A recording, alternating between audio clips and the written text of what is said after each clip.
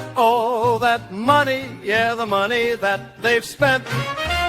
Take another look and take some time for hemp. Don't cut trees for paper, cause it hurts the environment. Stop deforestation, yeah, it's time for hemp. Well, an acre of hemp makes 20 barrels of oil. No need for pesticides to poison all our soil. People got no food, they got no clothes, they got no rent. Well, it's time for hemp. Yes, it is. It is time for hemp. Thank you for tuning in to the big broadcast. I am your host, Casper Leitch, and I think you can tell from the title that we are focused on the wonderful plant known as hemp. It creates so many wonderful products. It does so many wonderful things for our creature comfort lives, and it's even great food. It's great fuel, and it's wonderful medication, which I believe we're going to be talking about today is cannabis medication, which is truly something that people need to focus on because every human does come to a point in their path in life where they need to utilize some form of medical treatment. And with that said, I know that one of my joint hosts on the big broadcast is a co-founder of an organization from many moons ago called Patients Out of Time.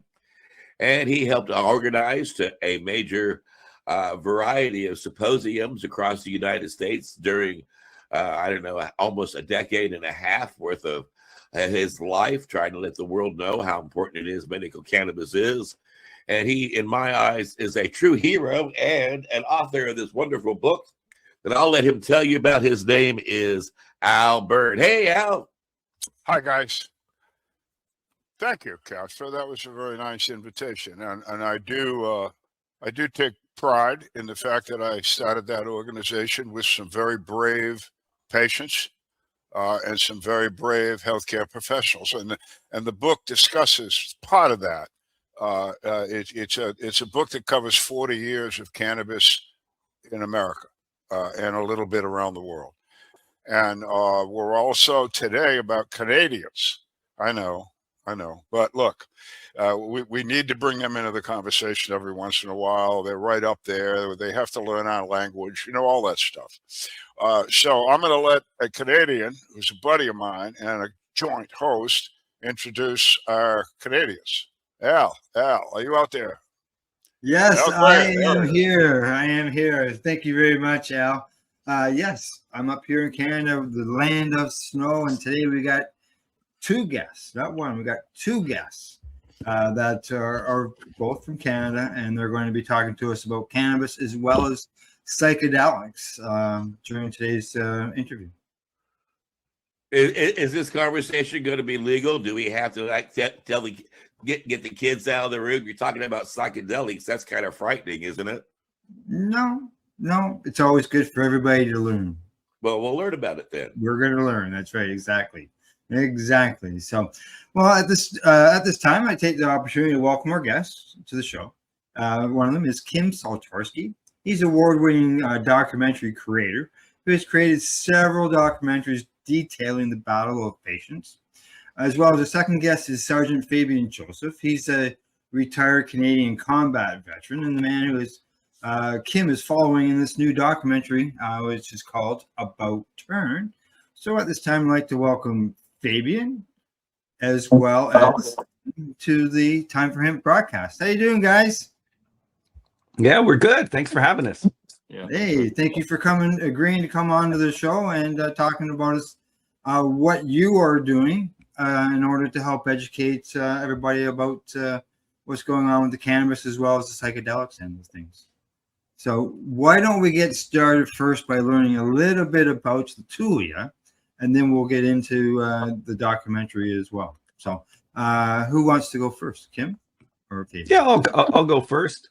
I entered the world of medical cannabis quite dramatically and honestly by getting a stage 3B melanoma skin cancer diagnosis 11 years ago.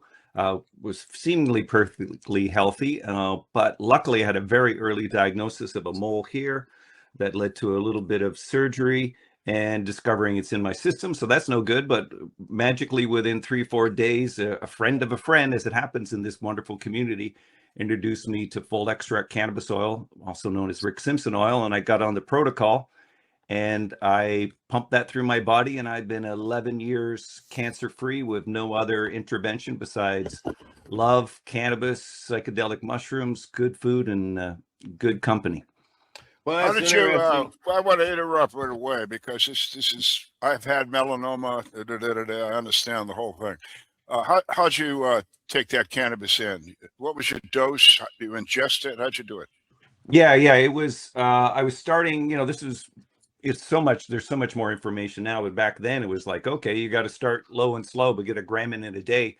And when I started doing that orally, I was just like, there's no way I can do it. So I used suppositories. I soon switched over to suppositories. So I would take 1 gram of oil, split it into 3.33 milliliters or grams of oil into 3 separate suppositories. And, I also would do some infusion, some oral. So I did suppositories full on. And then I do a maintenance dose suppository virtually, I'd say 90% of my life since that point.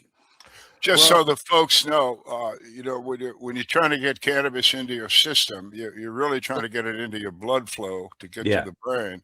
And we do that normally. I do it every half hour by smoking it. But you can also ingest it. But what Kim is talking about is suppositories. That's an excellent way to have that cannabis enter your body because it directly enters through that tissue in your anus into your blood system. Just like you take the smoke in your lungs, it goes right into the blood. There's no transfer of anything in the kidney. And there's no transfer of anything, especially in the liver, which transforms everything. So this is good. That's another piece of information that people might not know. Thanks for bringing that up. Yeah, and it also, the other benefit of it is it mitigates the psychoactive effect, which, everyone wants to control because a gram of cannabis in me orally would mean I'm sleeping.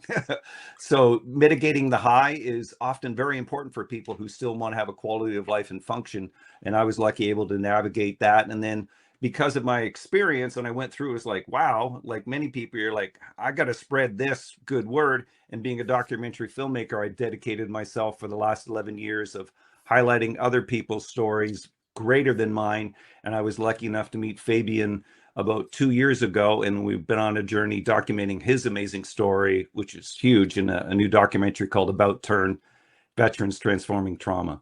Well, I do have a question. I I'm going to jump in here, but you don't strike me as somebody who's like real experimental with your body and your health. And first of all, I don't know why you call it Rick Simpson oil. It's like Jesus oil. They were using this back, when they the cross. But look, you've got doctors and experts who are telling you need to do this, you need to use this medications, you need to go through this treatment, you need to see these specialists, and you're having a conversation with a buddy who says, "Hey, here's some kind of groovy oil. Why don't you swallow it and shove it up yourself? And it's going to take care of you." And you went, "Oh, okay," and went lolly-da down the road. I mean, I can't imagine. You had to contemplate that, consider that with your.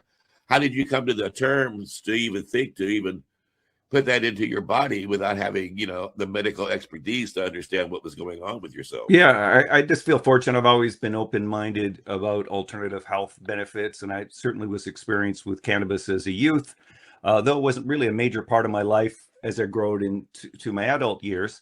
But it just sort of everything fell into place. And then also the reality of what they presented to me, because it was early stage. It wasn't like melanoma had gone to my kidneys and was playing around. They're like, well, we'll just monitor you. And when you get really sick, you'll come back and we'll chemo you.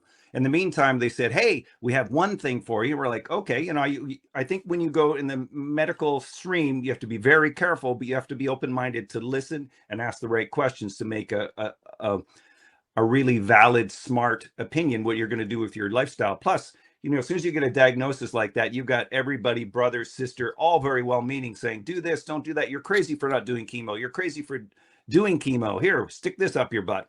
So I just did enough research. And when the guy presented himself and he had cured himself of lung cancer and a much higher form of melanoma, and I watched the Run from the Cure, and the option they gave me was they wanted me to come to the hospital for 1 month, shoot me with an injection, and they said it would be the worst month of my life. And then I'd go home for 11 months and shoot myself once a week and be like having a flu for 11 months. And that was the experiment they wanted me to give. So like that was not an option. Like it just did not make any sense that I'm a human guinea pig. If I'm feeling fine, I'm going to just look at what the issue was, which for me was chronic insomnia from just being a hyper mind and being a dad and running around with kids and being stressed out that way. And cannabis gave me so many gifts, not only to eradicate and cause apoptosis of cancer and target it, but to make me sleep. And when you sleep, you heal. So it seems like a radical thing, but I was just blessed to meet the right people. And then when I met other people, the Jack Congos, the Corey Yellens, and so many people, the Fabian Henrys who'd helped others, it was like, oh my God, I was so lucky to make the right decision. And it's been an 11-year education learning about this miraculous plant and other healing modalities to pass it on to other people and just keep fine-tuning my own protocol. And I'm like, I'm awesome. I'm alive and feeling great. Yeah. You got to recognize that there's people who are listening and watching to this broadcast. I hope there's a lot of who are weighing this issue on their own life and on their own journey. And I'm sure that as a documentary filmmaker, you've come across people wrestling with this particular decision to make. And that's why I thought it was very important that you bring it to the table. Yeah. Yeah, it's tricky, and some people do a combination of cannabinoid therapy and chemo or radiation, whatever. That's everyone has the choice to do whatever. My goal, and I know what Fabian does, is we present the evidence that we know and the track record through anecdotal evidence, and then let people decide. And I learned the hard way, because once you cure yourself, you just want to like shout it out from the rooftops, as Fabian's done. Yeah, exactly. But everyone's got their own path. But I'm so happy I have mine, and I'm so happy I can shine the light to open the conversation to people to consider whether it's Chinese traditional medicine, acupuncture, psilocybin, functional mushrooms, diet, or eliminating toxic relationships, toxic environmental things. There's a lot of ways to heal, but for me, cannabis is just like an incredible plant. And you're absolutely right. Fabian's journey is remarkable, and it's amazing that someone was wonderful enough to be able to put it into a documentary, so that people in the future can learn and from his path and be able to experience a better life.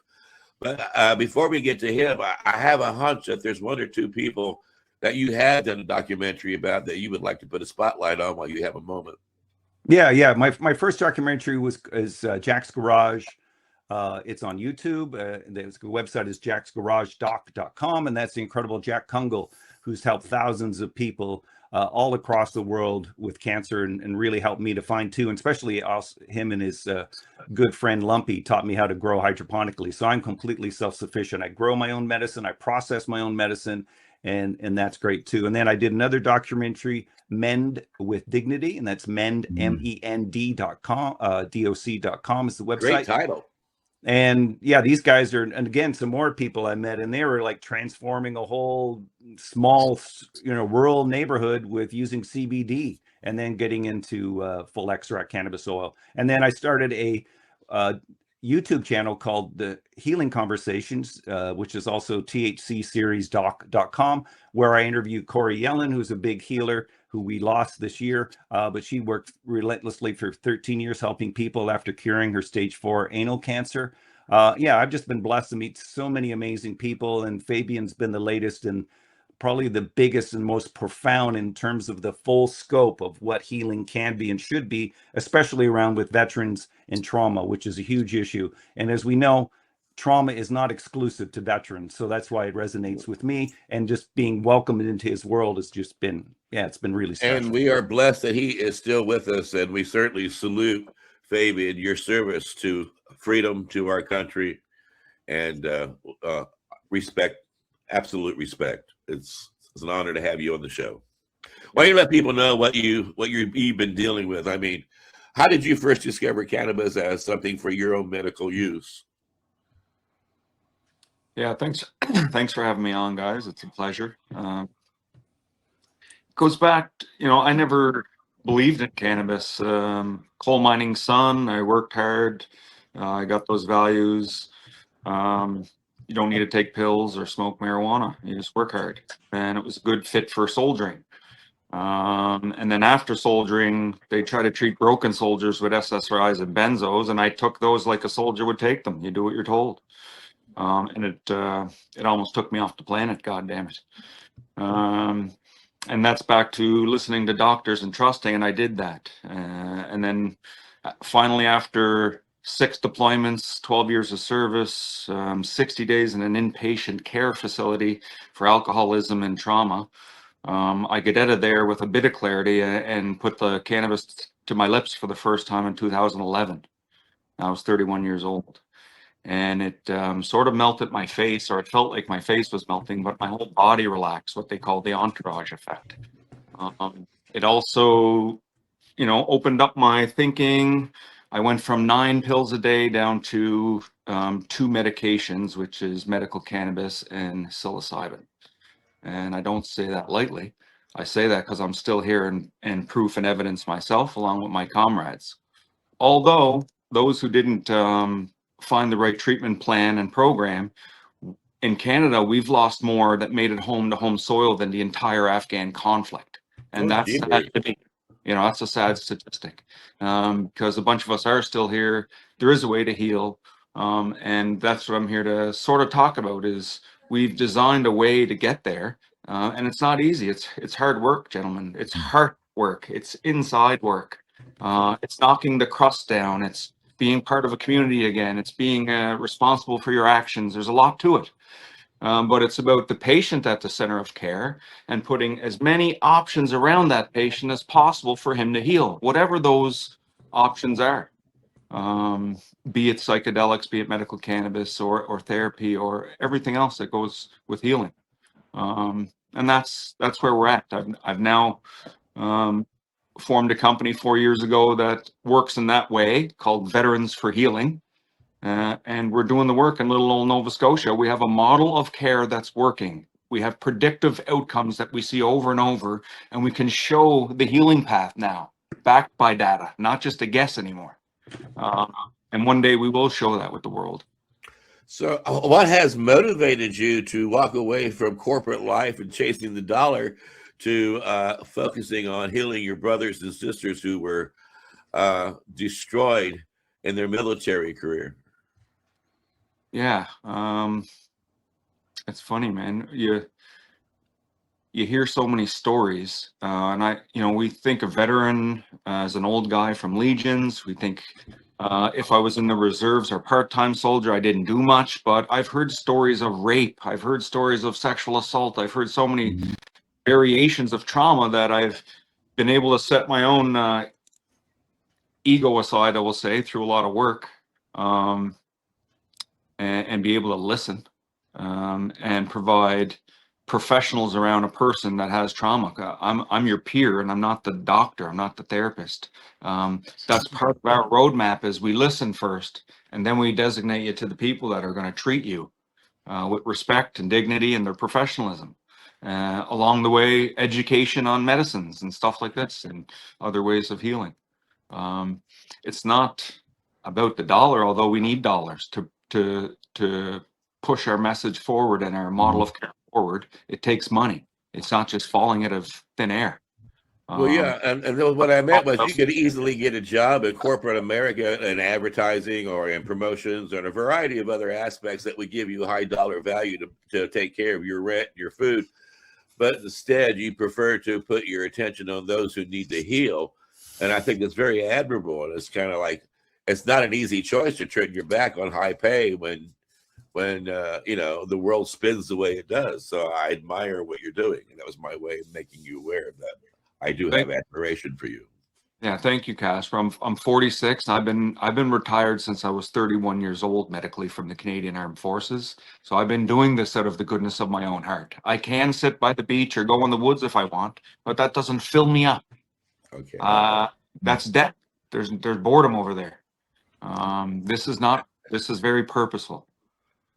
Yeah, and the fact that you're doing something, you're keeping your mind busy, you're helping others, heal. I can see where, not doing anything is the complete wrong ways to go. Yeah, but it has to be organized chaos. It can't be just chaos. It has to be organized. You have to hold them by the hand and walk you through the processes, and you know, professionals do their thing. You got to help them with their finances, navigating the VA systems and all that stuff. And Mhm.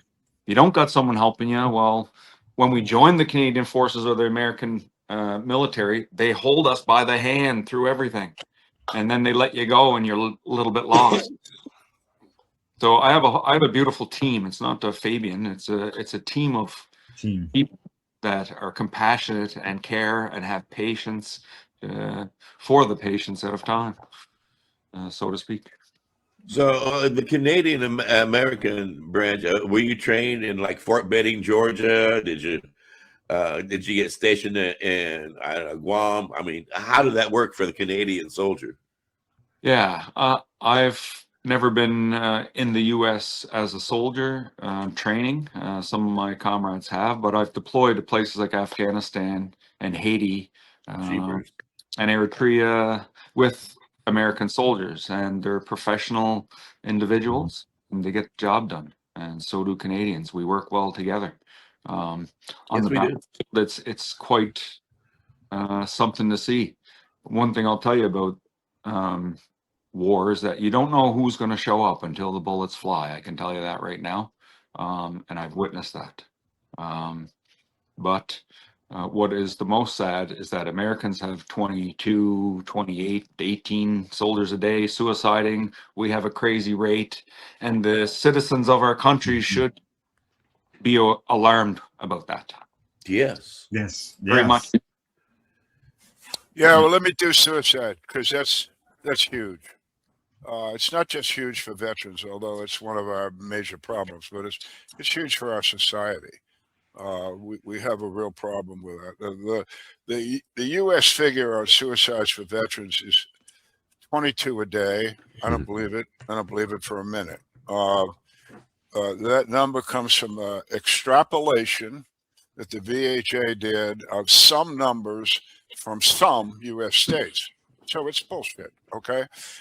And suicide for veterans, if a veteran hits a bridge at 3 in the morning at 100 miles an hour, it's an auto accident. Veteran overdoses on some sort of barbiturates, it's an overdose. It's not suicide. You got to blow your head off for them to count it. So I think the number is more like 50 or 60, and that's extreme. I was a counselor for the VA and the Agent Orange program, and I'm a non-vet. So NAM officially ended in 75. By 1990, more Vietnam veterans had committed suicide than died in Vietnam. Mm. Now it's 1990. That's 35 years ago. Do the Yeah.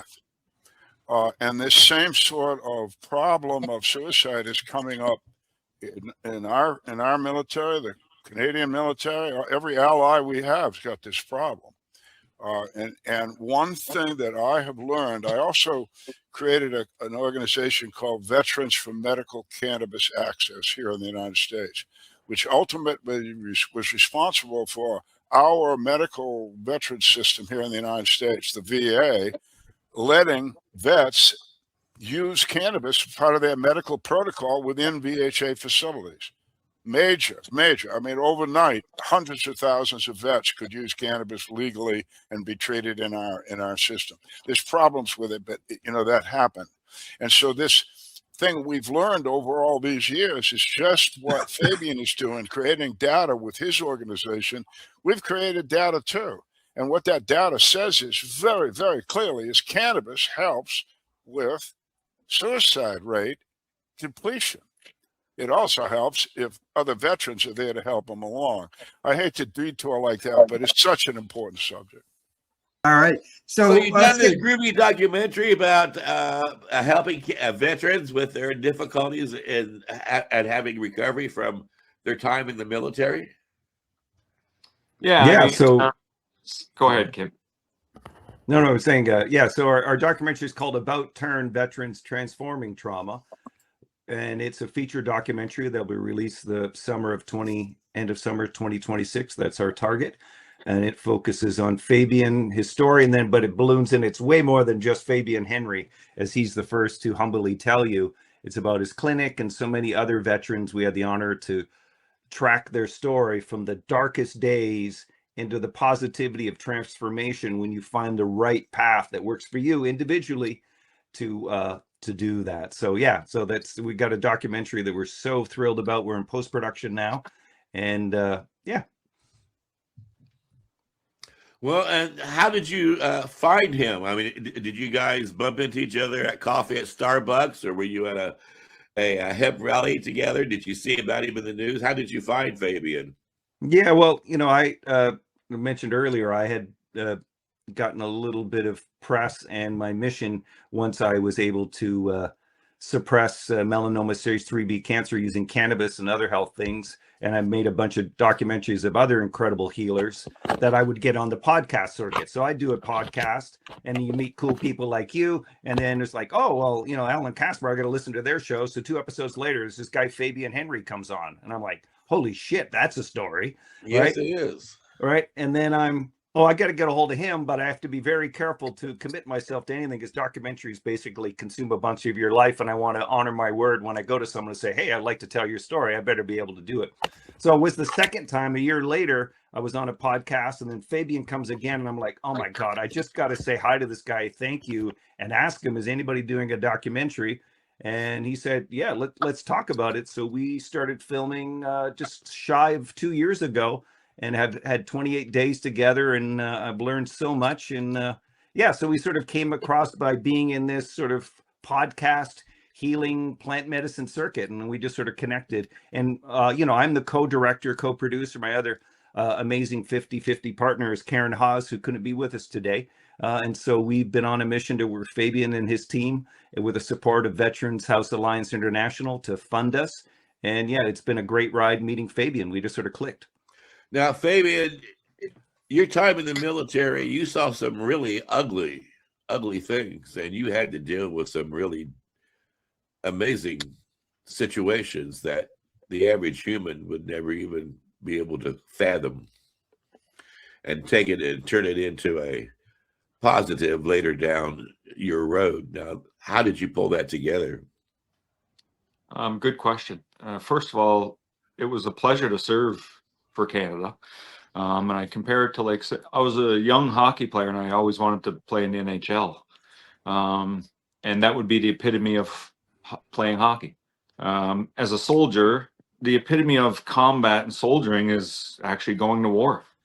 So when you're with your brothers and sisters and you're in combat, or I'd imagine it's like the coal miners under the ocean, and you only got your people with you, and that's it. You're far away from somewhere like Scotchtown, where I grew up. That led me to injuries, mental health injuries, that a system wasn't quite prepared to take care of. They now know it's called PTSD or PTS or whatever you want. It's a mental health issue that takes people off the planet, just like cancer will take you off the planet. Only it's catastrophic, So it led me to finding a new way to heal other than what was presented to me traditionally. So tell us about your clinic. Yeah, it's a total health approach clinic. We have a 4-pillar roadmap. We have a variety of practitioners. There's an intake process. It's all designed to lead you down a path that has predictive outcomes for the most part. But it's a chance to tell your story, have that handed over to a group of professionals, have that reviewed by Veteran Affairs Canada to potentially get you acknowledged for the injuries, for stuff like 18,000 soldiers were sexually assaulted in the Canadian Forces, and they won a $900 million lawsuit. There's a bunch that didn't even say anything because it's embarrassing.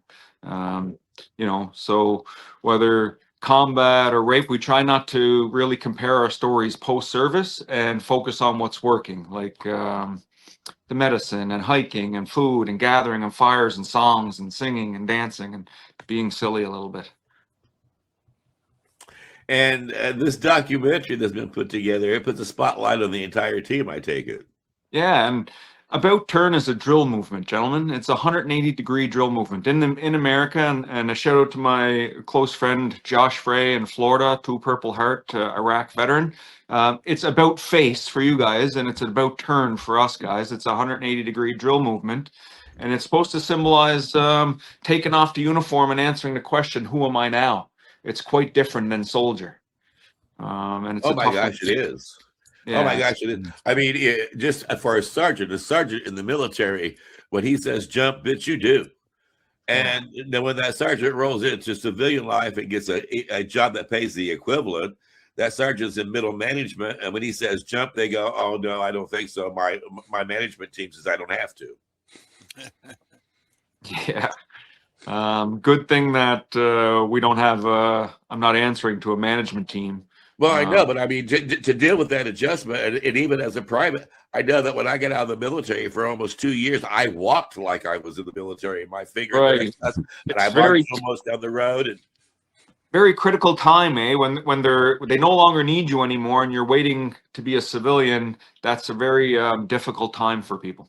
yes, it is. Yeah. Yeah. So this exactly. documentary that you put together, Kim, what did you learn about this team? Well, to be honest, I'd never really had a lot of direct experience with veterans. So it was an education of what the reality of who veterans are, what they've gone through, and the kind of people they are as a tribe. So it was, I'm, admittedly, I'm a story junkie. I love a good story. I love a good redemption story. I love a good positivity story. So Fabian and his gang have everything of that built in. So I learned that even people who have suffered the most sort of atrocious mental and physical health can find a pathway to heal. And when you shine a light on that kind of thing, it makes, whether you're a veteran or not, just gives you a little bit of hope. This is like, well, Fabian can do it despite all of that trauma and all of those challenges, then someone else can do it. So that's great and obvious. I also found out, veterans are very punctual.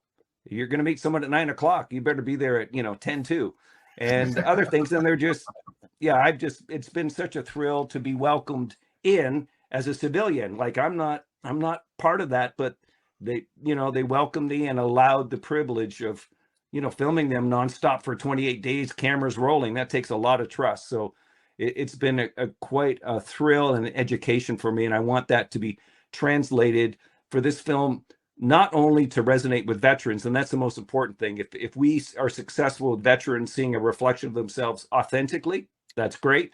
But the whole point is to spread this movement and awareness to redefine who veterans are and how alternative ways of healing, taking an 180-degree about face into plant medicine and away from pharmaceuticals can benefit all people. So yeah, it's been a thrill. Well, and you're right. That was one of the things that made Judge James Gray, when he was on the network a lot, surprised when I told him I was going to start the show at 3 o'clock. I showed up at 2:59.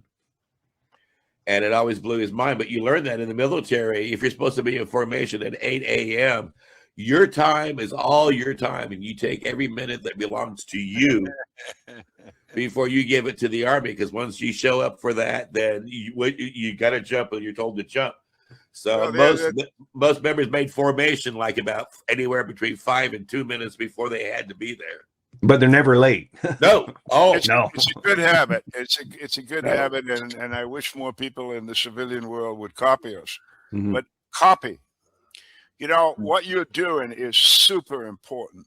As one of these vets that go back in time here with this shit, I always hoped, and I think it's been proven, that veterans using cannabis would stand up and say, look, I fought for this country. I gave it all. I come home. I need some friggin' help. Give it to me. Yeah. And like I say, even the VA in the summer of 2010, 15 years ago, said it's good medicine. So we've convinced the veterans know, everybody knows.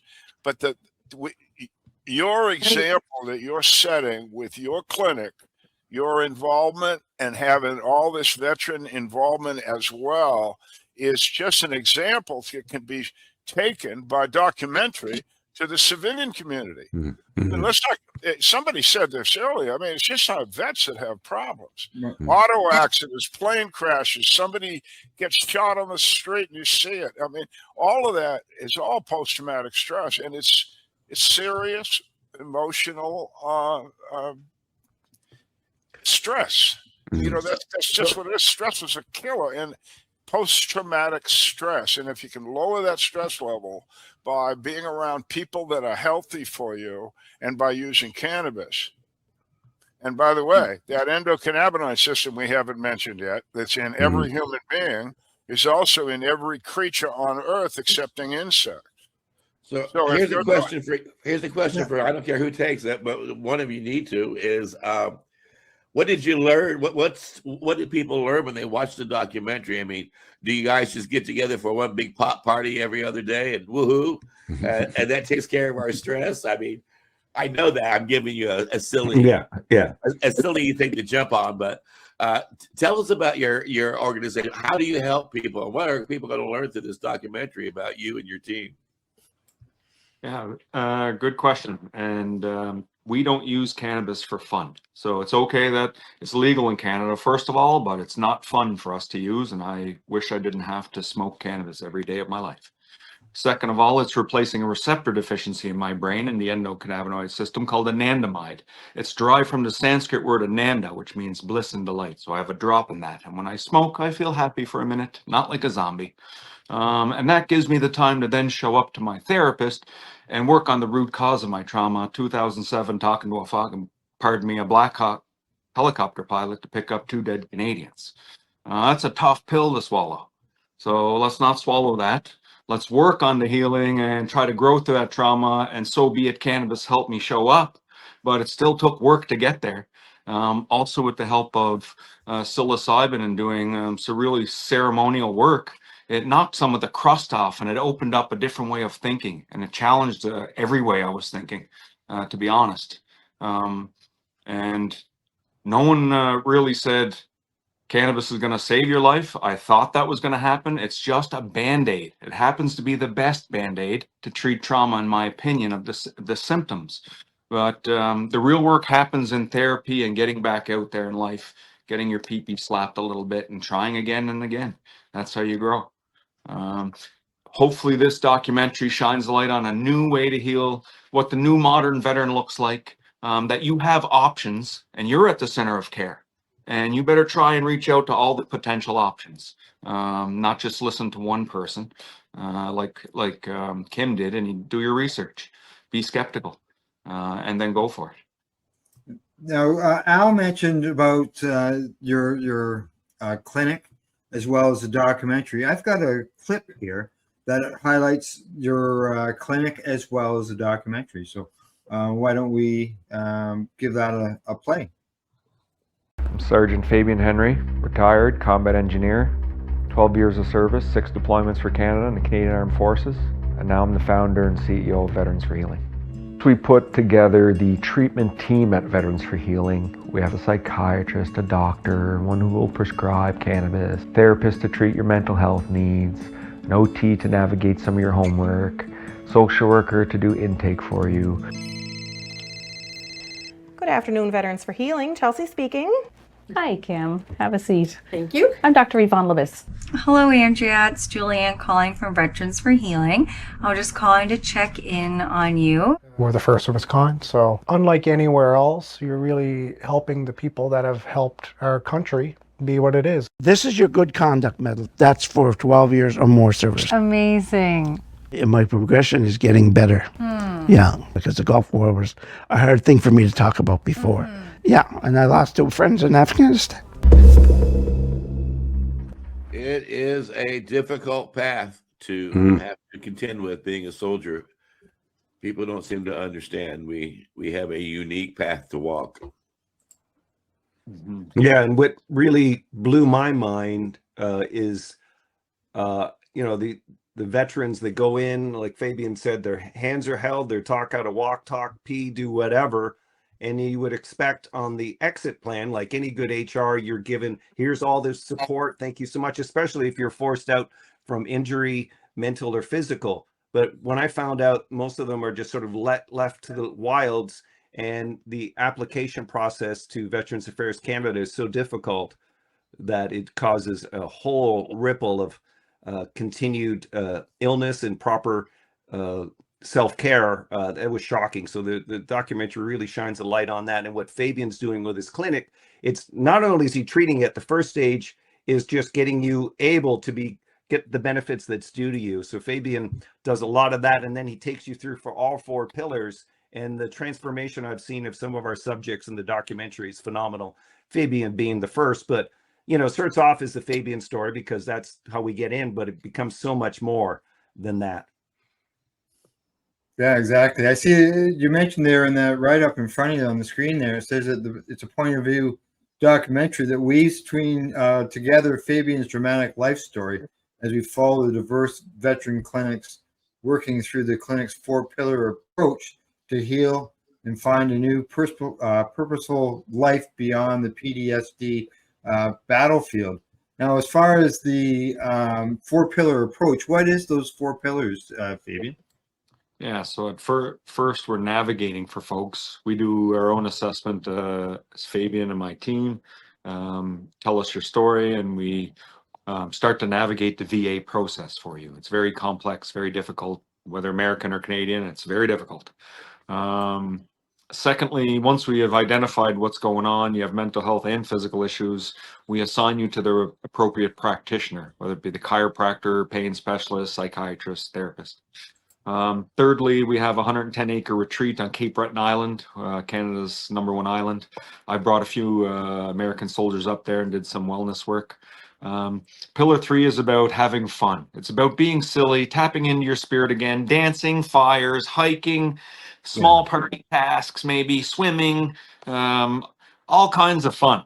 And that happens in Pillar 3. You don't get to go to Pillar 3 unless you follow steps 1 and 2 there. Pillar 4, it's a little bit longer out, but when folks feel good, when they're financially stable, they got their treatment team, some of them want to get back at life and want to get into work or want to open a company or want to do something with their life other than retirement. And we help them sharing our lessons learned. We share our accounting lessons and our legal lessons and our business lessons, and it's all free, and it's in the intent to help and applaud those getting back at it. How did you get that amazing retreat? I mean, did you just go up there and claim the land and go, ooh gaga, we own this, or what? You're damn right we did. And what's even funny is, so it came to me, I had to borrow money from somebody to buy this piece of land. It's the #1 waterfall called Egypt Falls is on our property. Wow. Hundreds of people a day coming there, but we have our own little part. What I come to find out, backed onto our 100 acres is a Vietnam vet, a Canadian who served in the American Army, who has 4 Bronze Stars and 4 Purple Hearts. Wow. And he lives in the forest, and he bought his own 100 acres back after the Vietnam War, and he hid himself in the woods for years and decades. And we found the land, and it happens to be backed onto his, and you can't make that shit up, boys. You cannot make that up. And we're forever connected to each other, and we have to lead the way. Sometimes we have to lead the way. And as engineers, we don't mind doing that. So I guess you're not I guess you're not playing war games on those 100 islands, huh? No, we're not playing war games, man. We're playing guitars these days, and we're eating our mushroom and smoking our medicine and eating our food, and we got gardens and canoes and shit. We're not playing war games, no. And this is male and female veterans. It's everybody, right? It's everybody. Yeah, I mean, you're male, female, whatever. That's not. And is it for veterans only? It is for veterans only. Unfortunately, I've finally taken a stance, and I'm only serving the veteran and their family. Everyone else can see what we're doing and copy and paste by all means. Thank you very much. Yeah, so why don't you give a shout out to your organization and your website again there, Fabian? Yeah, it's Veterans for Healing, the letter V, the number 4, the word healing.com. It's aboutTurnDoc.com. Follow us along. Kim and Karen have done a fine job on capturing our existence. And it's something that will be forever marked in time. You can check us out on Facebook, Veterans for Healing. Follow along, folks. And Kim, you do a groovy podcast, and you got some wonderful documentaries that people need to learn from. Why don't you let people know all about that? Yeah, the primary one is THC, the Healing Conversation. So you can find THC on YouTube, and we have a website that could direct you there, which is thcseries.com. And all my previous documentaries are sort of umbrellaed in there. We're having About Turn as its solo thing, but that'll eventually come into it. So yeah, THC, the Healing Series. Please check it out. There's a lot of healing but we are really super stoked about shining light on veterans and Fabian's sort of transformative work, taking it to the next level on aboutturndoc.com. And Al Graham, you got a groovy little radio network up there in Canada. Canada, is that how you pronounce it? Canada? Canada. Oh, paceradio.net. Our broadcasts do go out in audio as well as in video, so you can watch us. So don't let the website paceradio.net fool you. We cover psychedelics as well as cannabis, and we believe that sharing one story helps educate lots of other people. And speaking of stories, Al Byrne, you wrote this groovy little book. They can find it where?